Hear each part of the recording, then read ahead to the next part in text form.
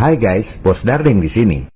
Di zaman now, hampir semua kegiatan Anda sehari-hari berhubungan dengan telepon dan internet. Belajar, bekerja, dagang, komunikasi keluarga, media sosial, pesan makanan, transportasi, dengar musik, nonton film, dan lain-lain. Berapa biaya komunikasi yang harus Anda bayar tiap bulan? Tentunya lumayan besar. Yang paling mahal adalah biaya satelit. Ada 9.115 satelit di dunia, naik 35% dari tahun sebelumnya. Luar biasa pertumbuhannya. Di Indonesia ada 19 satelit. Harga satelit di Indonesia rata-rata 14,4 triliun rupiah. Dikali 19, kira-kira nilainya 273,6 triliun. Ini yang membuat biaya komunikasi dan internet Anda mahal. Pada episode ini, kita akan bahas Anda sebenarnya nggak perlu bayar itu. Tahun 1945, militer menciptakan teknologi navigasi jarak jauh. Sampai sekarang pun terbukti bisa melakukan apa yang tak bisa dilakukan oleh satelit. Ini adalah penyebab mengapa mereka berbohong pada Anda soal satelit dan angkasa luar. Para elit yang membohongi Anda itu adalah elit yang sama yang membuat Indonesia berutang 8.600 triliun rupiah. Kalau dibagi jumlah penduduk, tiap orang di Indonesia, kaya maupun miskin, dari bayi sampai jompo, rata-rata nanggung beban utang 31 juta rupiah per orang.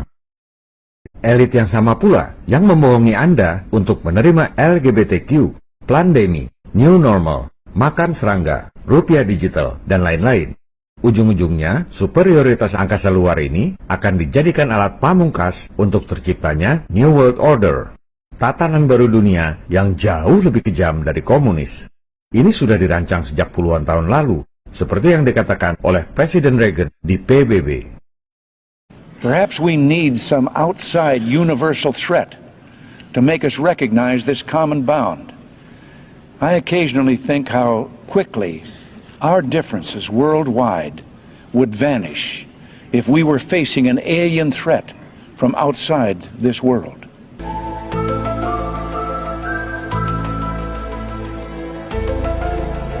It is a big idea, a new world order.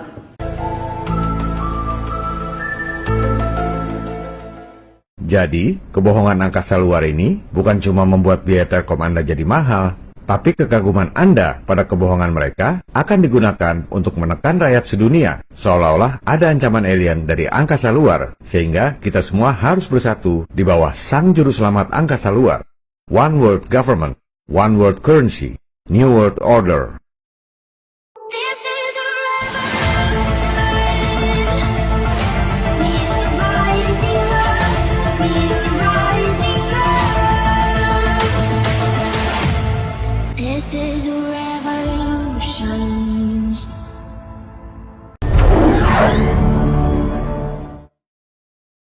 Elon Musk adalah orang terkaya di dunia yang membranding dirinya sebagai pengusaha bisnis inovasi teknologi swasta yang paling sukses. Di samping membuat mobil modern Tesla, mendirikan perusahaan roket dan angkasa luar SpaceX, mengakuisisi Twitter, mempromosikan AI, juga mendirikan Neuralink, chip implan yang ditanam di otak Anda. Sekarang chipnya udah bukan di tangan lagi, tapi di otak. Persis seperti yang dinubuatkan dalam kitab Wahyu 13 tentang Mark of the Beast. Elon Musk mempropagandakan angkasa luar bahkan lebih dari NASA. Ia bercita-cita mengirim 1 juta orang ke Mars tahun 2050. Beberapa tahun lalu, ia mengirim mobil Tesla Roadster ke angkasa luar mengelilingi bumi. Bahkan katanya sekarang sedang menuju ke planet Mars. Enak bener ya, menghabiskan ribuan triliun rupiah, dana subsidi pemerintah, kasih bukti cuma video CGI, dan nggak ada satu orang pun yang bisa mengaudit ke angkasa luar. Ide mobil mengelilingi bumi ini sebenarnya diambil dari film kartun Rider Rider tahun 1981. Elon Musk saat itu masih jadi anak SD. Pasti dia terkesan. Begitu punya duit, dia bikin mobil Tesla ngikutin Rider Rider. Malah tahun 2015, 3 tahun sebelum Elon meluncurkan mobil ke angkasa luar, ada YouTuber bikin remake Rider Rider dengan CGI. Persis seperti CGI SpaceX. Padahal YouTuber bikin video itu nggak dibayar siapa-siapa. Coba Anda simak baik-baik video ini. Berdasarkan tingkat kecerdasan Anda, video itu asli apa palsu? Dibikin di angkasa luar atau CGI di studio?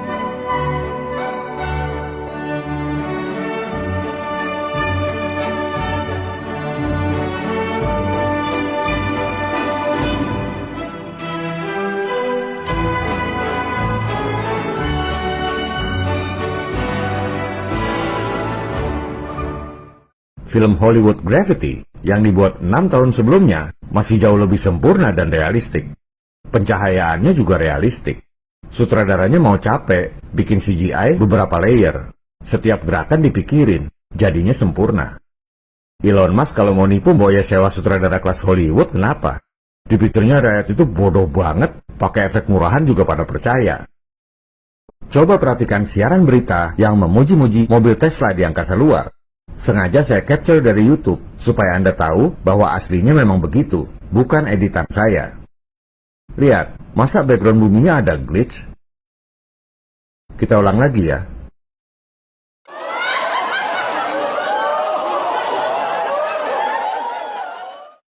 Sekarang kita dengar wawancara Joe Rogan dengan Elon Musk. Rogan mencecar dengan pertanyaan-pertanyaan yang simpel tapi mendasar. Perhatikan reaksi dan bahasa tubuh Elon Musk yang serba gugup. I've seen the images of it with the... That looks fake. It looks That's fake. how you know it's real. Video itu kelihatannya palsu, makanya nyata. Jawabnya cepat, karena udah dipersiapkan oleh tim PR dia. Dia tahu bakal sering ditanya kenapa gambarnya kelihatan palsu. Dan jawabannya udah dihafalin. Dia selalu jawab, video itu kelihatan palsu, makanya nyata. Itu jawaban yang melanggar logika. Sama juga dia ngomong, membunuh orang itu dosa, makanya dapat pahala. Ini orang memang dajjal. Dajjal itu bahasa Arab, artinya penipu. Is that how you know it's real? Yeah. Well, how do the images get to us? It's the images are too lame to be fake. Diulang lagi kan, retorika gaya PR. Video itu terlalu lemah untuk jadi palsu, makanya nyata. So how is that getting to us? With The a image. Yeah, with a radio. Wow. Kita ke kamar mandi aja bisa hilang sinyal telepon. Ini lagi sinyal radio, dibawa keliling bumi 24 jam, dalam beberapa tahun, nggak pernah blank spot. How many megapixels is that image? Not that many, actually. Really? No, I mean, it's probably a couple megapixels, something like that. So like an old flip phone. Yeah. Bisa keluar dana bikin roket, bawa supercar ke angkasa luar, tapi kameranya kualitas HP jadul yang nggak pakai internet. And where's the camera that's taking this photo? Oh, man, our director of photography is awesome. Usaha, mengalihkan pembicaraan. But I mean, when this thing gets sent to us, what is taking an image of this? There's a camera on a stick. Really? Yeah. And it didn't break off? No. Lihat bahasa tubuh Elon dan Joe. Cara ketawanya, yang satu buang muka, yang satu ketawa sambil nengok kru podcast. I mean, we thought it might, but there's a camera. I mean, it's kind of like a fairly wide angle, and like so the camera is actually not that far from the car. What is that one up there that shows the whole car? Is that fake? That's fake. Is that real? That's real. Wow. It says "Don't panic" on the screen. Yeah.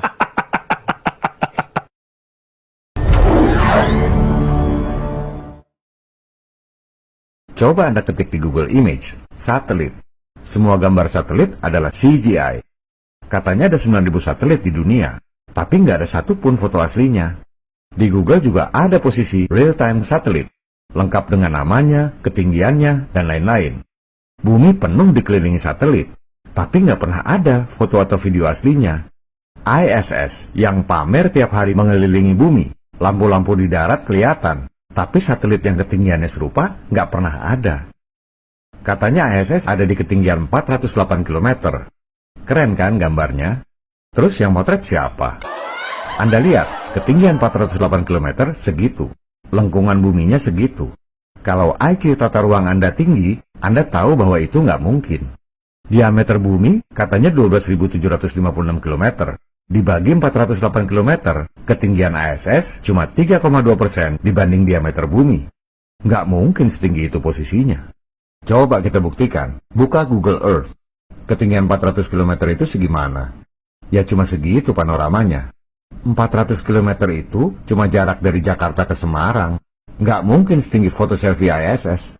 Jelas gambar itu dibuat oleh artis NASA yang imajinasi seninya tinggi, tapi matematika dan tata ruangnya bodoh. Pertanyaan yang paling mendasar, kalau ISS itu benar ada, kenapa foto dan videonya harus bohong? Sekarang kita lihat foto yang dipajang di web resmi NASA. Itu mestinya dipotret dari ISS kan? Ketinggian 408 km. malah lebih parah lengkungan buminya. Coba kita bandingkan dengan Google Earth. Lengkungan bumi segitu, ketinggiannya berapa?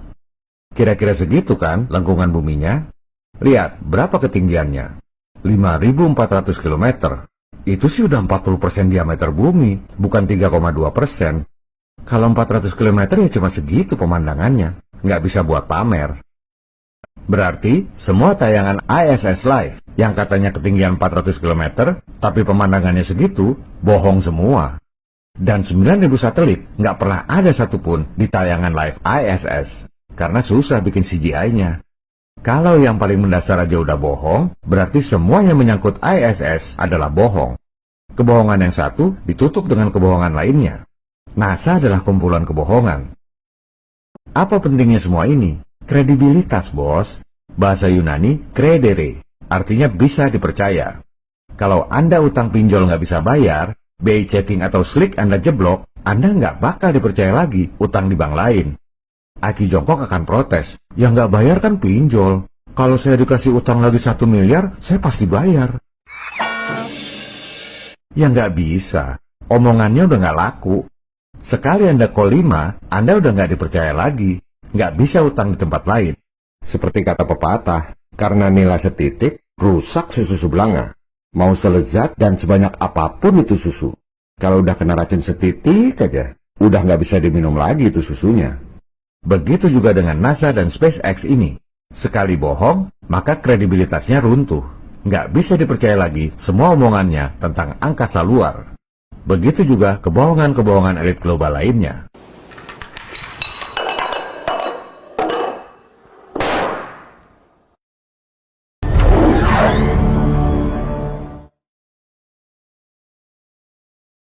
Teori yang diajarkan di sekolah, karena bumi berbentuk bola, maka pengiriman sinyal jarak jauh menjadi tidak mungkin, karena terkena lengkungan bumi. Maka mutlak diperlukan satelit di angkasa luar untuk memantulkan sinyal elektronik. Coba kita lihat, berapa sih cakupan jarak satelit? Kebanyakan satelit ada di low Earth orbit. Katanya bisa mengcover radius 1.500 km. Di MEO yang lebih tinggi, mencakup radius 5.000 km. Apakah sebelum ada satelit tahun 1957, manusia nggak bisa kirim sinyal wireless jarak jauh karena terkena lengkungan bumi? Nggak banget.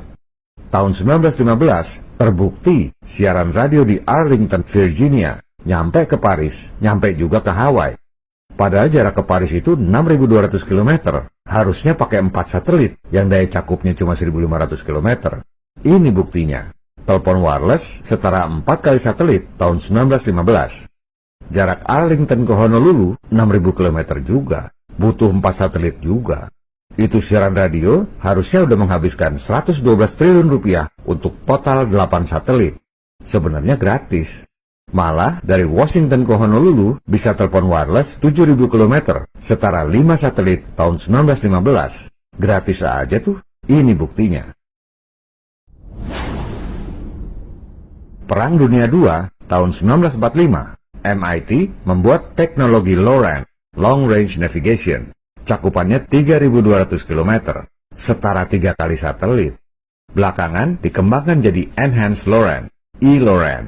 Peralatannya sederhana, bisa dibawa di kapal, biaya murah. Buat apa mahal-mahal pakai roket? Kirim satelit ke angkasa luar, hasilnya cuma sepertiga LORAN yang murah. GPS dan LORAN ini dikelola oleh militer Amerika. Kita cuma boleh pakai doang. Di handheldnya ada tulisan LORAN GPS. Kita nggak boleh tahu cara mereka kirim sinyal sebenarnya pakai apa.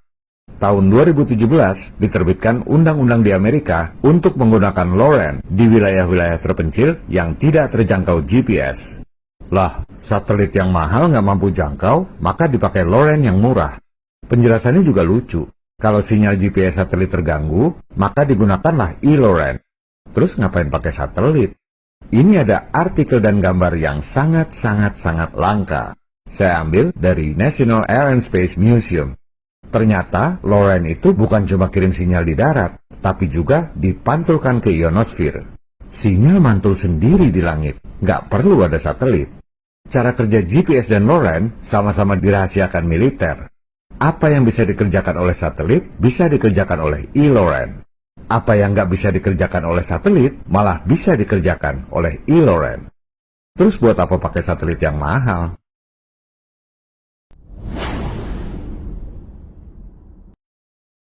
Tahun 1955, kembali militer menemukan teknologi wireless jarak jauh.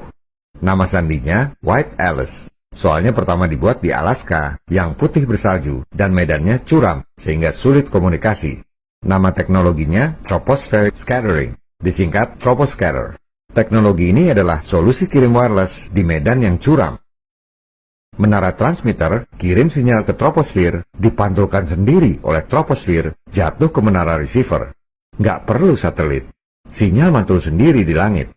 Troposcatter ini yang kemudian diadopsi oleh E. Loren. Sama-sama di bawah militer, jadinya dahsyat. E. Loren kirim lewat darat, kirim juga lewat langit.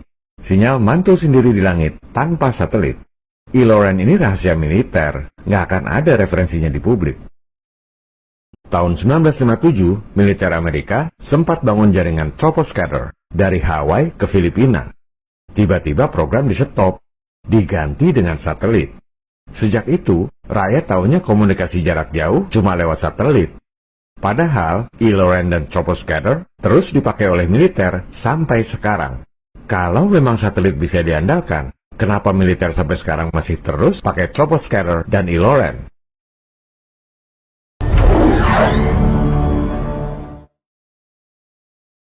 Era satelit diawali dengan Soviet meluncurkan Sputnik tahun 1957. Dulu mungkin kelihatannya canggih. Coba Anda lihat sekarang. Anda percaya bola bowling seperti itu mengelilingi bumi? Dan lucunya, yang propaganda Sputnik justru Amerika.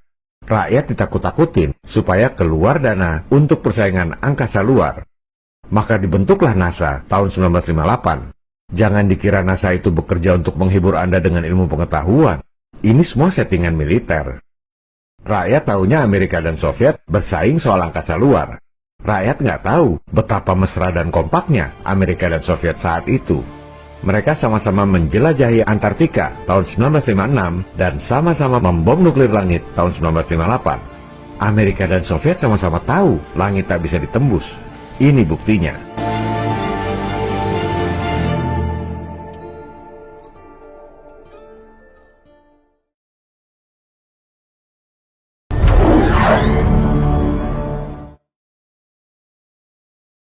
Persis 1 tahun sebelum sandiwara persaingan angkasa luar, militer Amerika dan Soviet sama-sama menjelajahi Antartika. Operation Deep Freeze dipimpin oleh Admiral Byrd langsung di bawah Presiden Amerika. Kenapa pasukan Soviet mau di bawah komando Admiral Byrd ke Antartika? Kisah ini dimulai 10 tahun sebelumnya. Tahun 1946, Admiral Byrd memimpin pasukan Amerika ke Antartika dalam Operation High Jump. Tujuan awalnya untuk menyelidiki apakah betul Hitler sempat bikin pangkalan di Antartika. Admiral Byrd membawa 4.700 tentara, 70 kapal laut, dan 33 pesawat udara. Ini nggak main-main. Namun, apa yang mereka temukan di Antartika tahun 1946 sungguh di luar dugaan. Ternyata Antartika memiliki banyak areal yang tidak bersalju. Bahkan ada danau yang asri.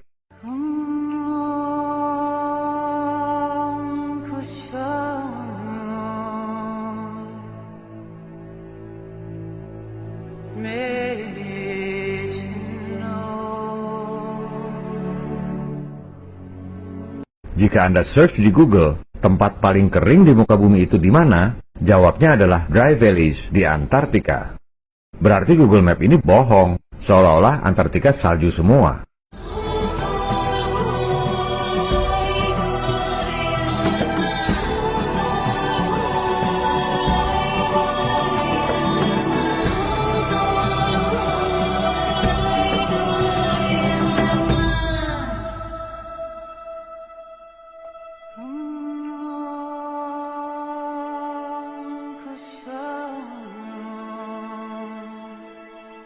Lebih aneh lagi, di peta digambarkan Antartika itu luasnya sama dengan Amerika Serikat dan Meksiko.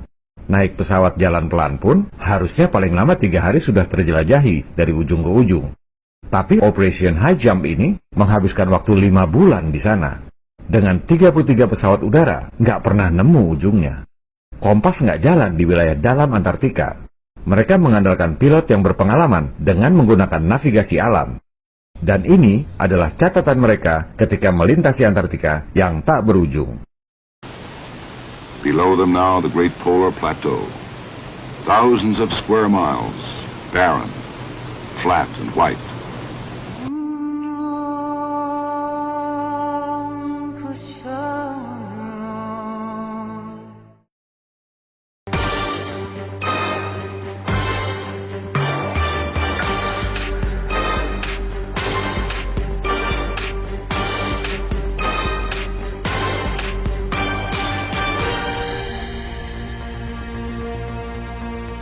Dan yang lebih mengerikan, pasukan Admiral Byrd di Antartika tiba-tiba diserang oleh pesawat berbentuk piring terbang. Itu bukan pesawat Nazi, juga bukan alien dari planet lain, tapi justru keluar dari laut. Kecepatannya tidak tertandingi oleh militer Amerika. Pasukan Byrd hancur tak bisa melawan. Video ini nggak ada di literatur barat, disembunyikan rapat-rapat. Video ini dari Intel militer Soviet. Я не успел и глазом моргнуть, как два из них, сраженные какими-то неведомыми лучами, брызнувшими из носовых частей этих летающих тарелок, зарылись в воду возле кораблей. Это не издавали ни единого звука. Они безмолвно носились между кораблями и беспрерывно плевались убийственным огнем. Jadi Soviet tahu kalau Admiral Byrd diserang oleh pesawat aneh di Antartika. Makanya Soviet mau ikutan ketika 10 tahun kemudian diajak oleh Amerika untuk sama-sama menyingkap misteri Antartika. Sepulang dari Antartika, ketika transit di Chili, Admiral Byrd diwawancarai media El Mercurio. Itu adalah media binaan CIA. Dia bilang Amerika Serikat harus siap-siap menghadapi ancaman dari wilayah yang berbahaya. Adalah kenyataan yang pahit bahwa Amerika bisa diserang oleh benda terbang yang melintas dari kutub ke kutub dengan kecepatan yang luar biasa. Oleh sebab itulah, 10 tahun kemudian, tahun 1956, Soviet mau diajak Amerika ke Antartika. Sebab Antartika adalah wilayah yang kaya sumber daya alam.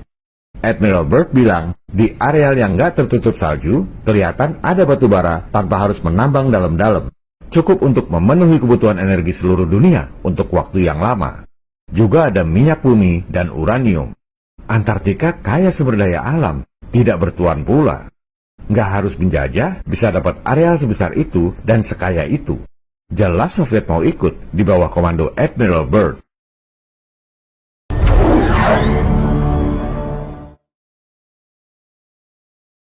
Mari kita simak wawancara Admiral Byrd di televisi setelah selesai tugas Operation Deep Freeze 1957. Dia ditanya, setelah menjelajahi Antartika total 10 bulan, apakah masih ada wilayah yang belum dia jelajahi? Begini jawaban Admiral Byrd. But strangely enough, there's left in the world today an area as big as the United States that's never been seen by a human being. And that's beyond the pole on the other side of the South Pole from Middle America. Wow, Anda paham nggak yang dia bicarakan? Admiral Byrd bilang ada benua sebesar Amerika melewati Antartika on the other side, di seberang Antartika. Berarti ada benua lain di seberang Antartika setelah Little America.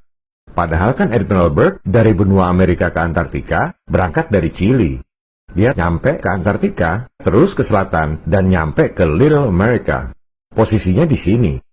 Dia bilang ada benua sebesar Amerika melampaui Antartika di belahan lain Antartika, di selatan Little America. Harusnya di sebelah selatan Little America, kalau diterusin kan New Zealand jatuhnya. Tapi dia bilang bukan, ada benua lain sebesar Amerika. Pada wawancara lain, Admiral Byrd bilang di ekstrim selatan Antartika, dia nemu wilayah yang belum ada di peta. Wilayah apa yang belum ada di peta? Mari kita dengarkan lebih lanjut.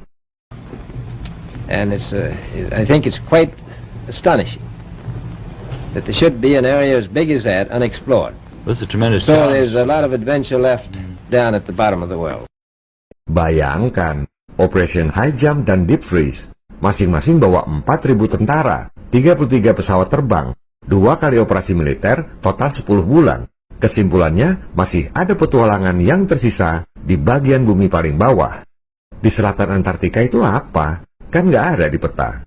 Lucunya, ketika Admiral Byrd diwawancara NBC News, dia duduk di depan peta besar. Tapi nggak ada benua Antartikanya. Kutub utaranya ada di tengah, di pusat lingkaran. Kutub selatannya nggak ada. Sama seperti logo PBB, nggak ada benua Antartikanya. Antartika memang misterius, tidak seperti yang diajarkan di sekolah. Tahun 1957 itu, Admiral Byrd mau melanjutkan ekspedisi. Sekarang dari arah sebaliknya, dari New Zealand. Harusnya nyampe dong ke Little America. Ia sudah minta izin ke Perdana Menteri New Zealand untuk bawa ribuan tentara berangkat dari New Zealand ke Little America, Antartika.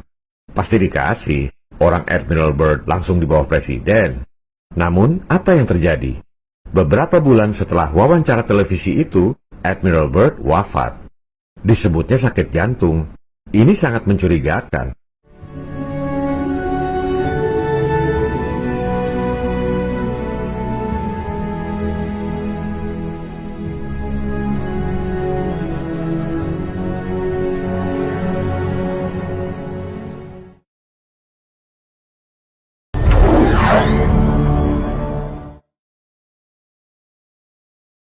Dan setelah itu, tahun 1959, ditandatanganilah Antarctic Treaty.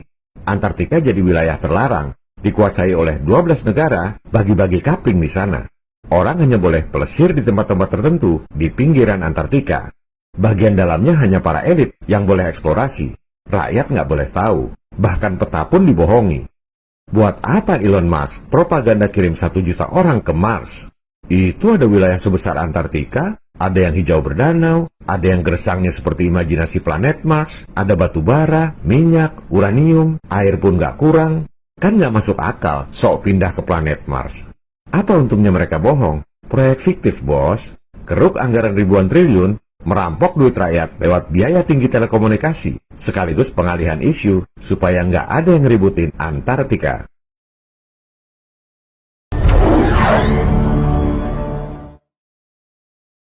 Waduh, udah 27 menit lebih.